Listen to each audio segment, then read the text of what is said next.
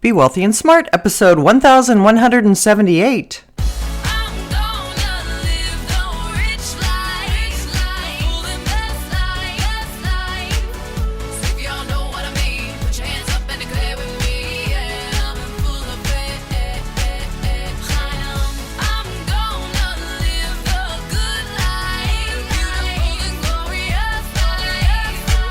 Step into a world of wealth and financial freedom without budgets, boredom, or bosses on Be Wealthy and Smart. And now, here's your host, Linda P. Jones. Welcome to Be Wealthy and Smart. I'm Linda P. Jones, America's Wealth Mentor, empowering women and men worldwide to financial freedom. On today's show, we're going to talk about a survey that talks about passing on your wealth to kids and how women and men have very different ideas about that. So this comes to us from a study, a new report from UBS that compiled surveys and data from the Swiss bank and other sources. And it says men and women have very different approaches to money, and that affects how they pass on wealth to their children. For women, legacy often means more than passing wealth down to the next generation.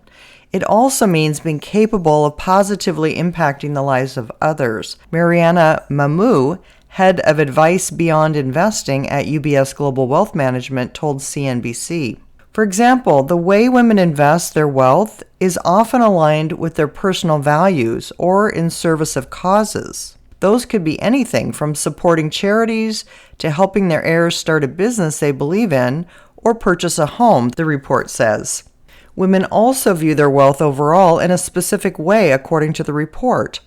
Women tend to perceive and value wealth mainly as a source of security and tend to focus on being financially secure and able to afford a certain lifestyle for themselves and their loved ones over the long term. Women also tackle questions about how to pass on their wealth to their heirs differently from men, the report noted. As for the question of when to pass on wealth, the differences between men and women are especially pronounced, the report found, citing data from the 2022 UBS Investor Watch survey.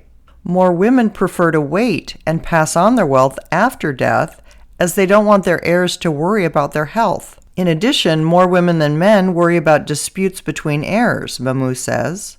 For example, 44% of women are concerned about the latter point, compared to 37% of men, that is, disputes between heirs. Other reasons that women prefer to delay handover of wealth while they are alive is that they want to remain flexible. 63% of women and 53% of men gave this reason in the UBS survey. When it comes to arguments for passing on assets while they're still alive, 66% of women say younger generations already need monetary support compared to 61% of men. They are also slightly more motivated by educating heirs about handling wealth.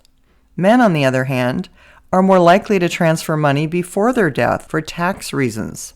65% of men and 61% of women said this, or to watch their heirs make use of it. The gender differences don't stop there. In addition to women being unsure about how much wealth they can pass on, the report found that one of the reasons they are hesitant to do so before they die is that they aren't sure how. There is a gender gap in the understanding around succession planning, the report concludes. Getting expert advice, including on how to invest in a way that ensures wealth growth is balanced with values, and making plans sooner rather than later are therefore key, the report says. One thing that might help with this is that women say they find it easier than men to talk about money with their families, according to UBS data. Such discussions around wealth can also help with concerns like conflicts around inheritance and financial skills, Mamou adds.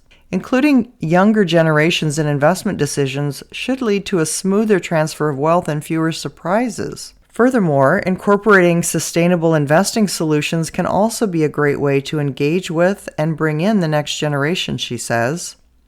Investing together with the next generation provides a great opportunity to pass on the values and financial lessons that matter when the next generation comes of age. A final point the report makes is that women often outlive and therefore inherit money from men. That means they have more wealth to transfer to the next generation, making plans and conversations about this even more important. End of article. Yes, it's important that we do talk about certain things And when I'm asked suggestions about transferring wealth, I do recommend that people try to be as clear as possible with what their intentions are, so that when you're no longer here, at least what you want to have happen with your money can happen with your money. And the clearer you can be can also stop disputes among siblings or inheritors. Also, according to the UBS report, it says, at a minimum, women need to have in place a will, together with an assigned person to execute it. Any beneficiaries of said will should be made aware of who this assigned person is. Furthermore, it would be wise to have a power of attorney and advance directive in case of illness, so that heirs are able to manage any assets and ensure that your wishes are carried out in case your health deteriorates. Also, according to the UBS report, women need to plan, invest smartly, and orchestrate the transfer of their wealth. Through their investments, charitable donations, and financially educating their heirs, women have the potential to make a significant impact on both society and future generations. There's a lot more we could talk about with this report, but the main thing is having some discussion with the family about what your intentions are and where you'd like to see your money go.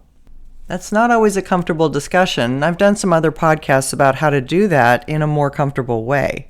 But in general, the clearer you can be with what your wishes are and where you want to see your money go, the better it is for everyone.